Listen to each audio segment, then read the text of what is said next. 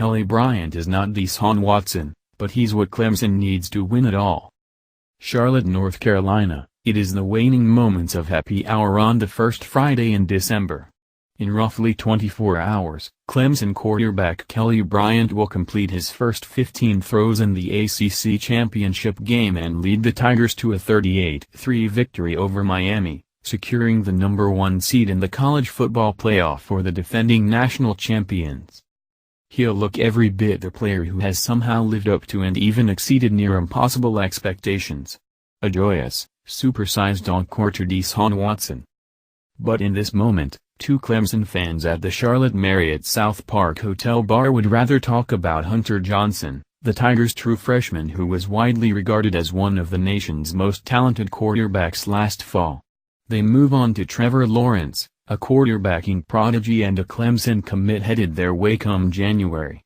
Watson, the national championship-winning quarterback, is likewise mentioned, as he will be on South Carolina barstools for decades to come. Finally, Bryant's name surfaces, if only momentarily. And then, with glasses half full, it seems to linger there for a while. A large man in a bright orange uniform is dancing in perfect rhythm. As the scoreboard counts down to the start of Clemson-Miami, Bryant shifts his body back and forth as music is blasted over the Bank of America Stadium speakers. It is less than an hour before the biggest game of his life, and Bryant looks almost too comfortable. He dances playfully with his teammates while frequently flashing his Hollywood smile. The moment feels smaller and less significant with each throw. "He's a fun guy," wide receiver Hunter Renfrow will say after the game. "His big thing this year is to be himself. He's not trying to be Deshaun. He's trying to be Kelly Bryant. I think he's having a lot of fun with that, and I think that's working for him. Anytime he's in a good mood and he's having success, everyone else is having success." One doesn't have to search hard to see the differences between Bryant and Watson. It begins with the shape of the men themselves. While Clemson has a handful of unique athletes on its roster, Bryant stands out from the moment he throws on the uniform. Had he not been gifted the arm that he has, Bryant could have played linebacker or defensive end. What is clear, even as he lobs passes to fellow quarterback Zerrick Cooper from 15 yards away, is that Bryant is every bit the 6 feet 4 inches and 220 pounds listed on his Clemson bio. It's rare when a player's listed weight on his bio doesn't capture how large he is in the flesh, but that is indeed the case. His body is sculpted and powerful, which Clemson has put to good use the past few months. Bryant is first on the team in rushing attempts, 173, third in rushing yards, 646, and second in rushing touchdowns, 11. His 3.7 yards per carry mirrors Watson's output, 3.8 YPC, during his final season, but the carries are different. While Bryant has the speed to break free from most defensive players, his style is more direct and brutish than Watson's was at Clemson. "I just tried to go out there and just tried to create my own game and just tried to be my own quarterback because I knew I couldn't. I knew I wasn't going to be Deshaun," Bryant says. "I knew I was a different player than Deshaun, and so I didn't want to try to play like him." At the moment, Watson is the better passer, although the gap between the two is not as wide as one might think. After all, Bryant, a true junior, is just putting the finishing touches on his first season as a starter. Watson passed for 4,593 yards his junior year to Bryant's 2,678. During that junior season, however, Watson threw the ball 217 times more than Bryant has. Bryant's completion percentage, 67.4, is almost identical to Watson's in 2016, 67.0, while Watson's yards per attempt, 7.9, is a half yard better than Bryant's, 7.4. Earlier in the year, maybe he missed some throws, but he's a guy who never lacked confidence, co-offensive coordinator Jeff Scott says of Bryant's progression this season. Good or bad, he goes back to work. But there is no doubt he has a lot of confidence in himself, and our offense has a lot of confidence in him. That's pretty special. Perhaps the biggest difference, However, isn't Bryant's size or arm or stats, but the way the two quarterbacks led their teams to the playoff. One did it through a developed sense of invincibility, the other through a goofiness and the outward confidence that has existed all along, but was largely out of sight. The call came to Jeff Tate from one of Wren High School's guidance counselors back in 2013. A soon-to-be high school junior by the name of Kelly Bryant was transferring into the Piedmont, South Carolina, school, and he wanted information on football workouts. Tate, the Wren football head coach, knew the name. Bryant had played as a true freshman and had a growing reputation around the state. "Describe him for me," Tate asked her curiously. She told Tate that the player was tall. She took it one step further, saying he looked an awful lot like Cam Newton. "Yep, that's him," Tate responded, anxious to meet his new quarterback. Although the incoming transfer wasn't as big as Newton, a player Tate has stood next to in the past, his size was unmistakable.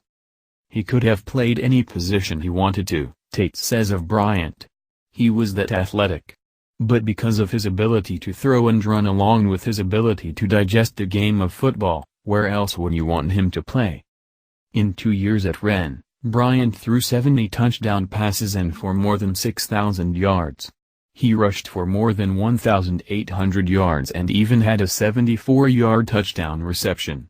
But beyond the numbers, Bryant served as a soothing voice during the team's most stressful moments. When games appeared to be slipping away, there was Bryant by Tate's side. When a play needed to be made, Bryant would calmly approach his coach and promise a positive outcome one way or another. "When I was growing up, they called it confidence," Tate says. "Now they call it swag." The gestures, though understated, were enough to change the dynamic of an entire sideline. And away from those moments, Bryant smiled.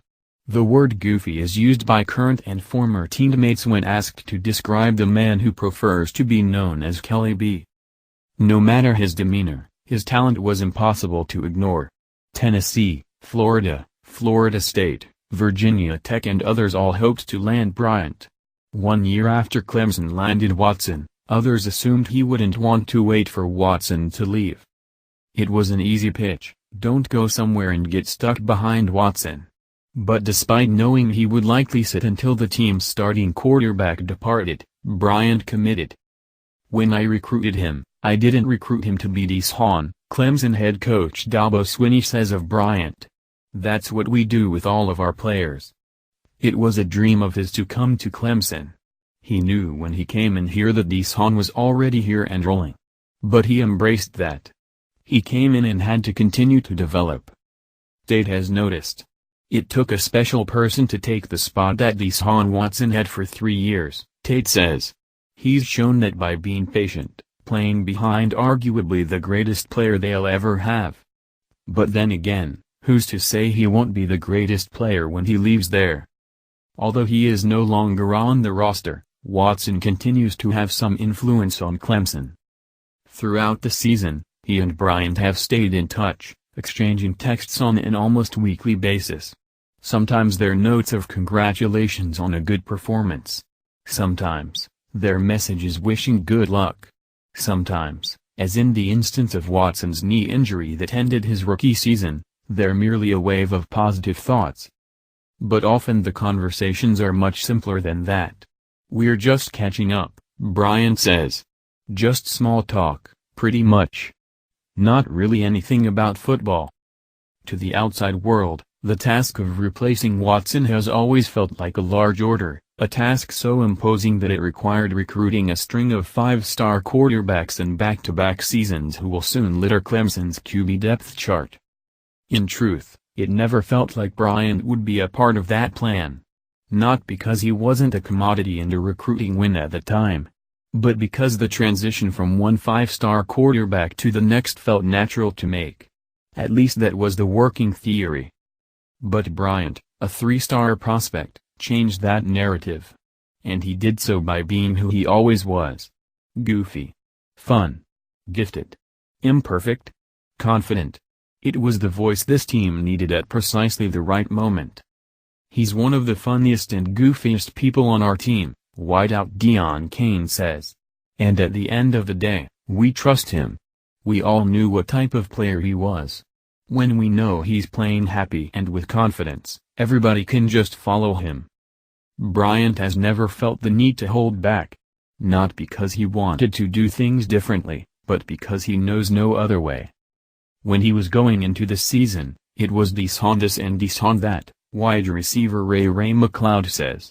But he's nothing like what Deshaun was, personality-wise and everything. Kelly embraces that. He always has a smile, and that has never changed. He takes off just outside the 10-yard line, crossing just inside the pylon for Clemson's second touchdown in the ACC championship game. But rather than allow the scoreboard to tell the story, Bryant stands motionless as his wide receiver pretends to put an imaginary necklace over his head, mimicking, and mocking, Miami's now infamous turnover chain celebration.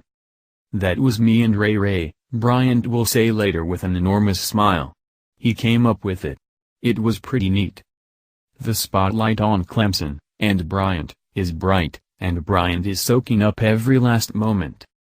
As Clemson polishes off Miami on a dominant evening, Bryant finds a gray ACC champion's hat. He throws his hat on, cocks it sideways and pinballs between interviews and celebrations on the field.